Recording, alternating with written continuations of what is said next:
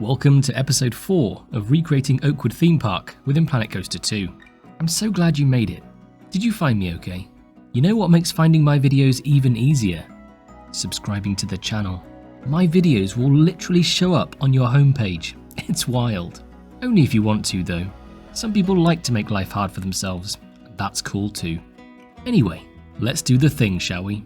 Last week we constructed the utterly terrifying Spooky Street, whilst this week we'll be tackling another themed area, Neverland. Now, the current packs don't lend themselves too well to the Peter Pan theme, especially considering we don't get the pirate theme back until June. I could have tackled another area of the park first, but that would have required foresight, which I clearly lack. So, with that in mind, just bloody well bear with me, okay? I started in the usual fashion, doing a touch of measuring, terraforming, and pathing. In reality, the flat ride in this location is a flying scooters, which, very frustratingly, we had in Planet Coaster 1. So with any luck, it will return later this year, and I can swap it out. In the meantime, we're going with the Frenzy Frill, and I may have commissioned someone special to recreate the iconic Tinkerbell centerpiece.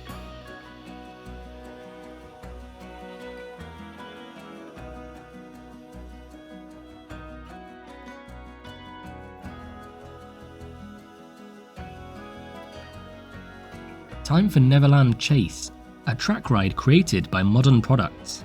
What is it with all the mundane brand and model names in the theme park industry? Modern Products. Really?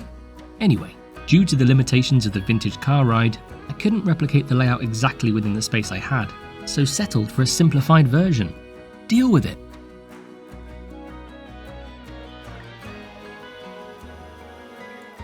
I want a stamp tool for queues. If I say it enough times, Frontier might hear me.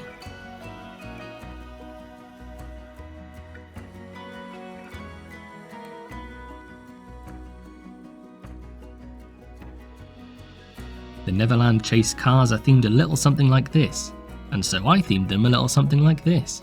I used planks, pillars, and a thatched roof, taking full advantage of the mirror and twinning features.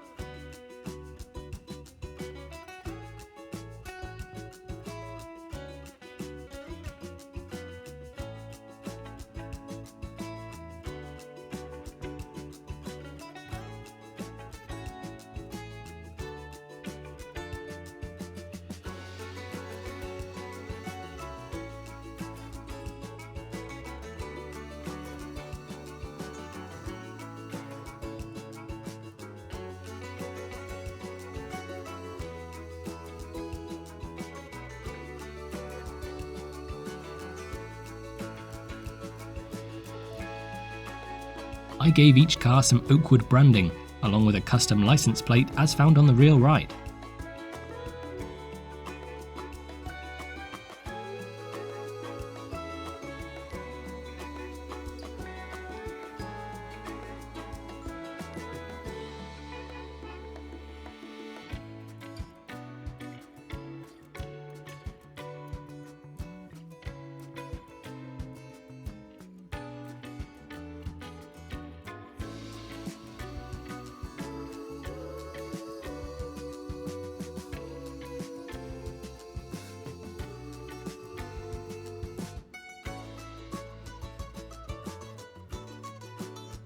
In the middle of the ride area there's a little play area with slides and such, but I've gone with a simple viewing and seating area. Deal with it!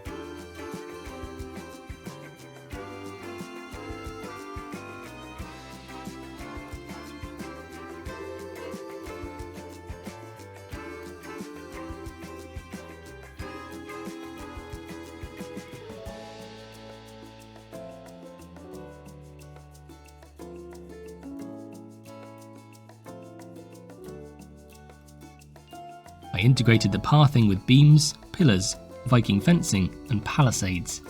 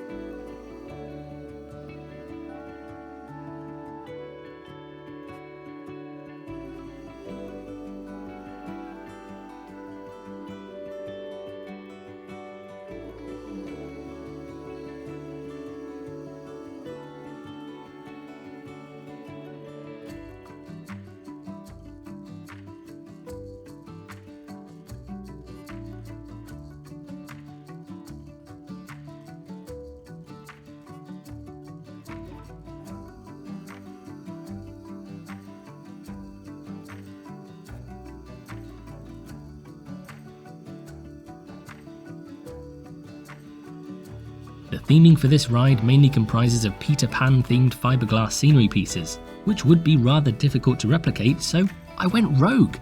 Deal with it!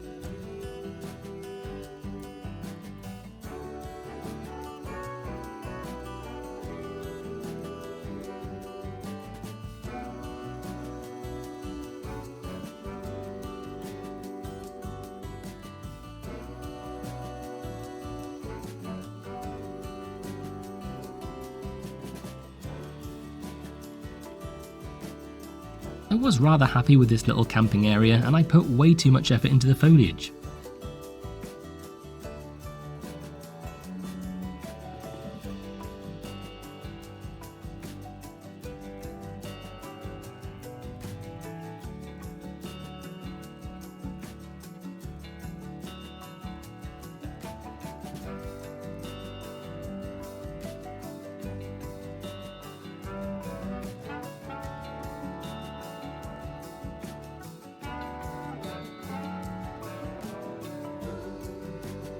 The station was, thankfully, rather easy to replicate, being a simple wooden shack with some chaotically placed planks.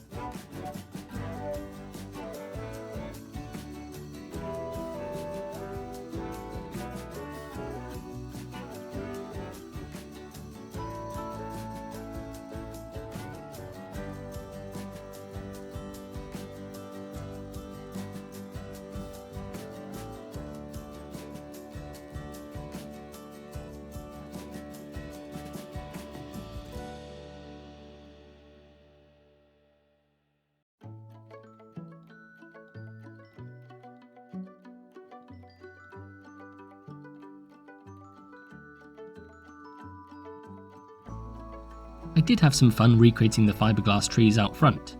See, I do put some effort in on occasion.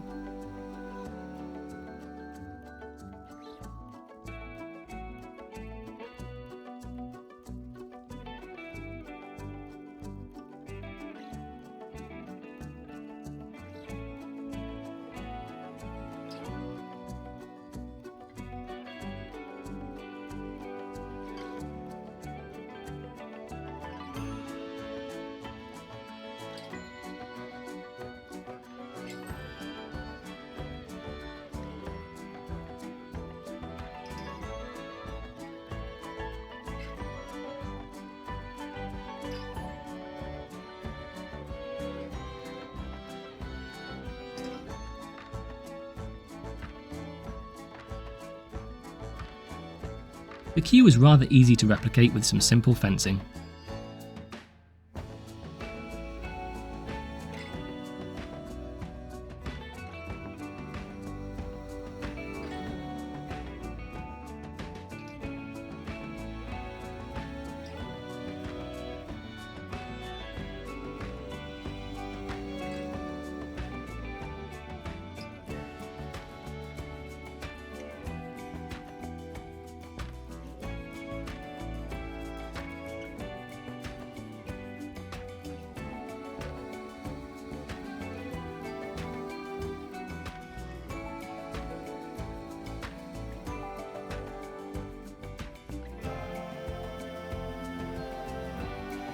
In the centre of the plaza is a building that houses some toilets and a gift shop for the log flume.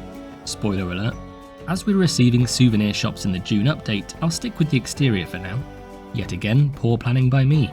I created this using wooden plank walls and corrugated iron roof pieces.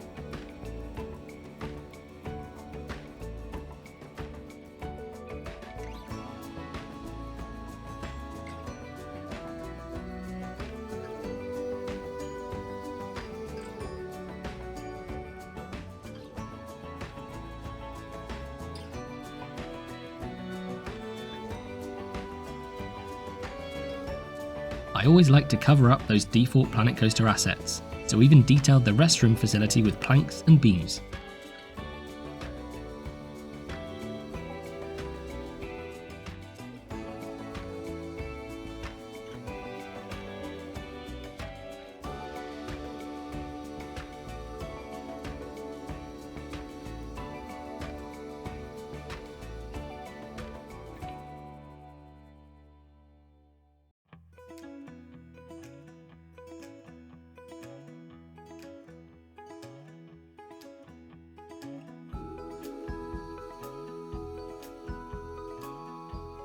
Some more details in the form of guttering, a door, and a power distributor. I even give you a little peek at my current power management setup. Aren't you lucky?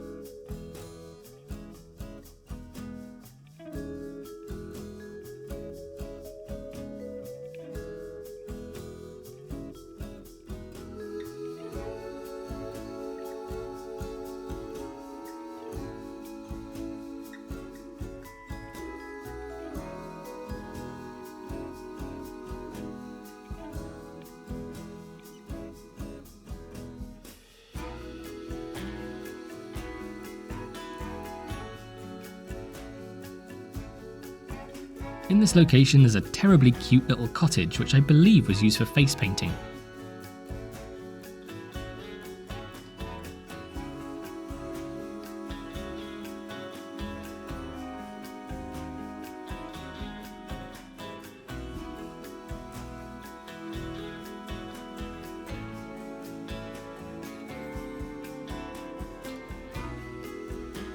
Wherever possible, I like to inset my doors and windows rather than just slapping them on the front. I think it makes a big difference.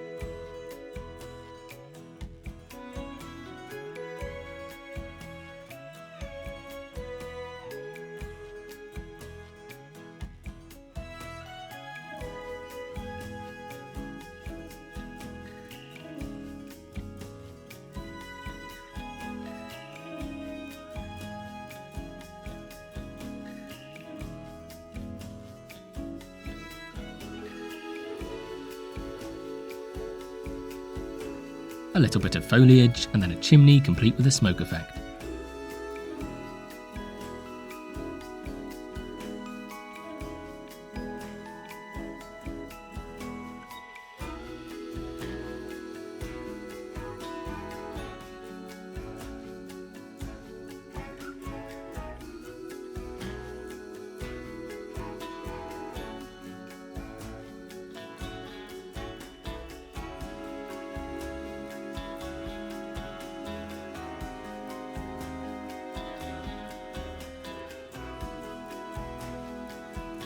It's now time for the main event, Skull Rock, partially enclosed log flume constructed by Big Country Motioneering. I started with a show building, digging down 4 meters and creating a foundation. One half of this building is actually a soft play area which we won't be bothering with, but have created the path down to it. So noble, so brave.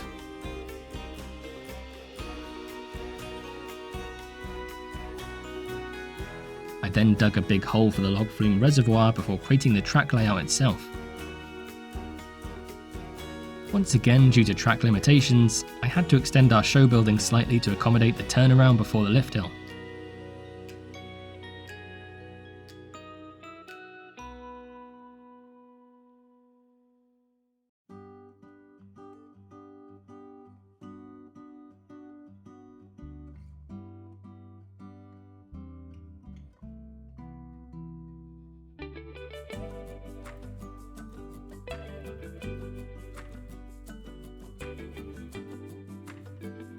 I created the reservoir using panel walls in that classic faded blue and surrounded it with a plaster foundation.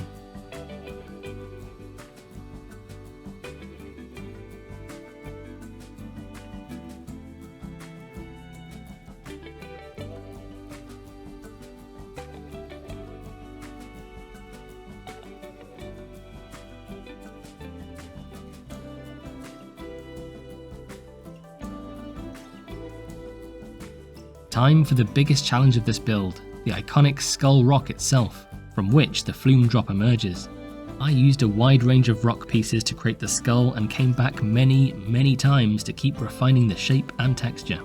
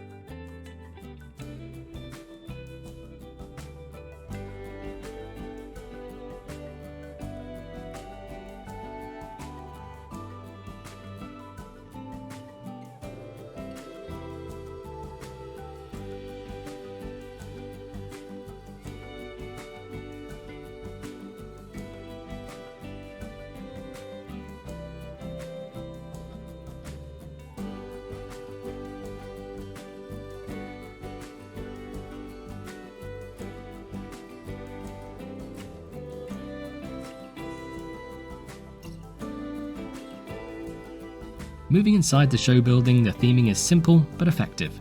Stone walls and arches with some generic pirate theming like barrels, a cannon, and an animatronic pirate which I'll add next month.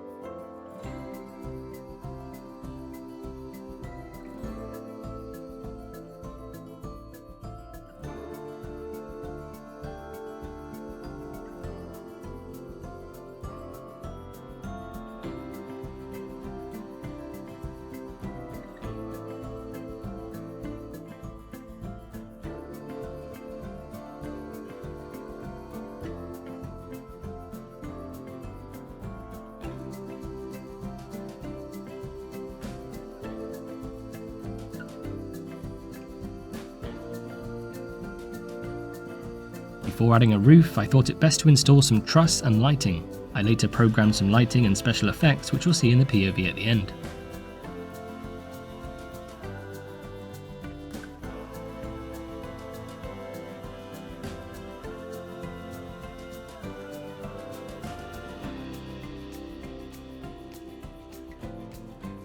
Time for the aforementioned roof, which was definitely easy and didn't cause me any stress at all. At least editing makes it look quick and easy.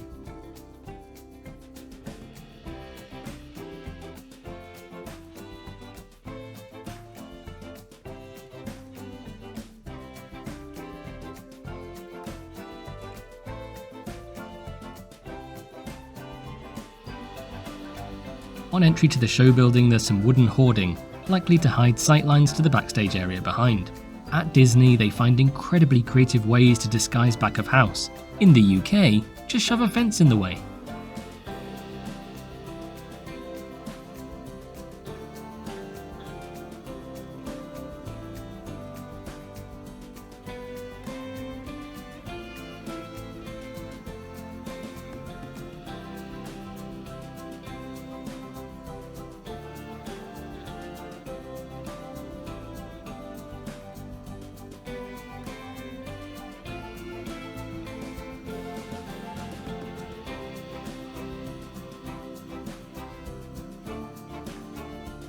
Once again, the station has a relatively simple design, although I could just be telling you that to make my life easier. I am telling the truth, I promise.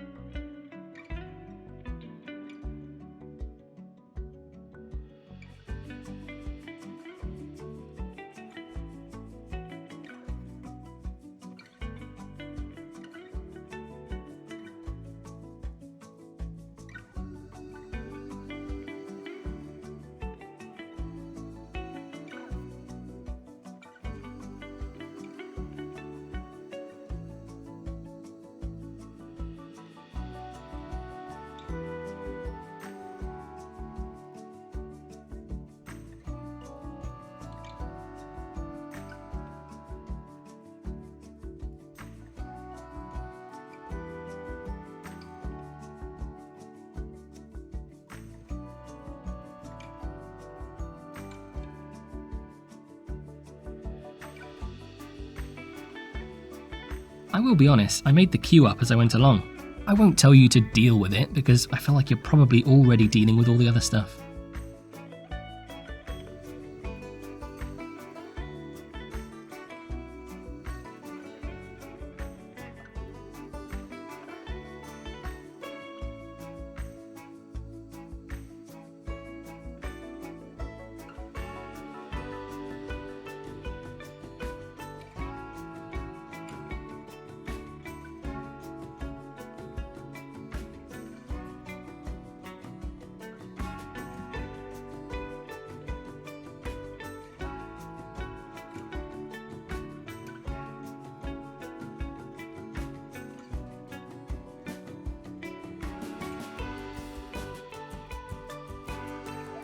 I installed an absolutely stunning retaining wall by these steps.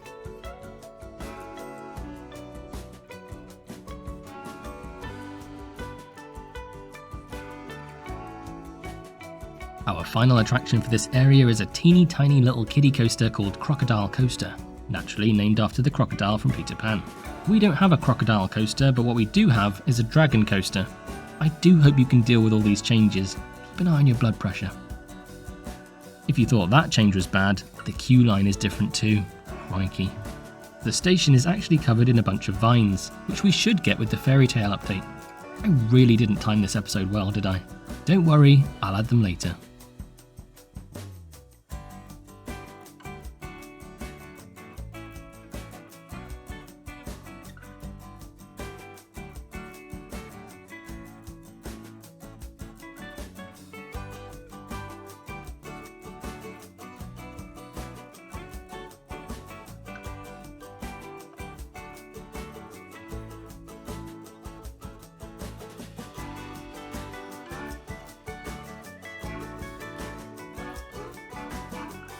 As part of our attempt to update and improve the park, I added a cute little natural pond.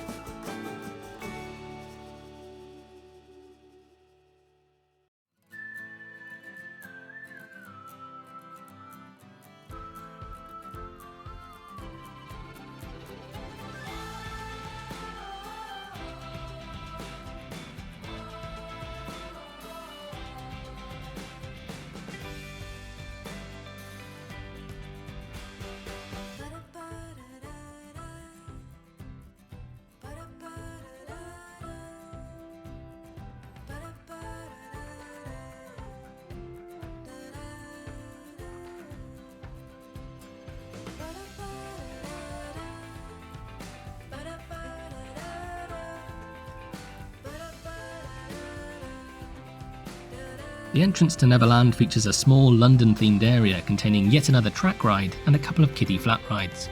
Unfortunately, I don't have the means nor emotional willpower to facilitate any of that nonsense, so I just stuck with the dividing wall, London Street facade, and small eatery.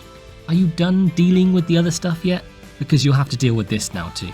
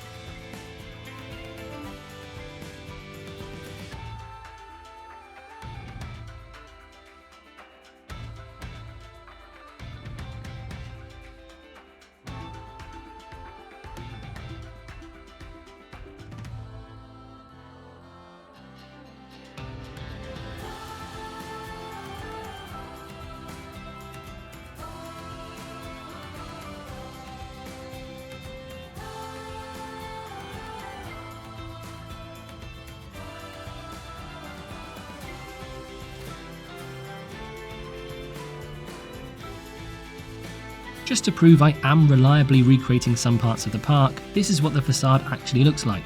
See? Not bad really.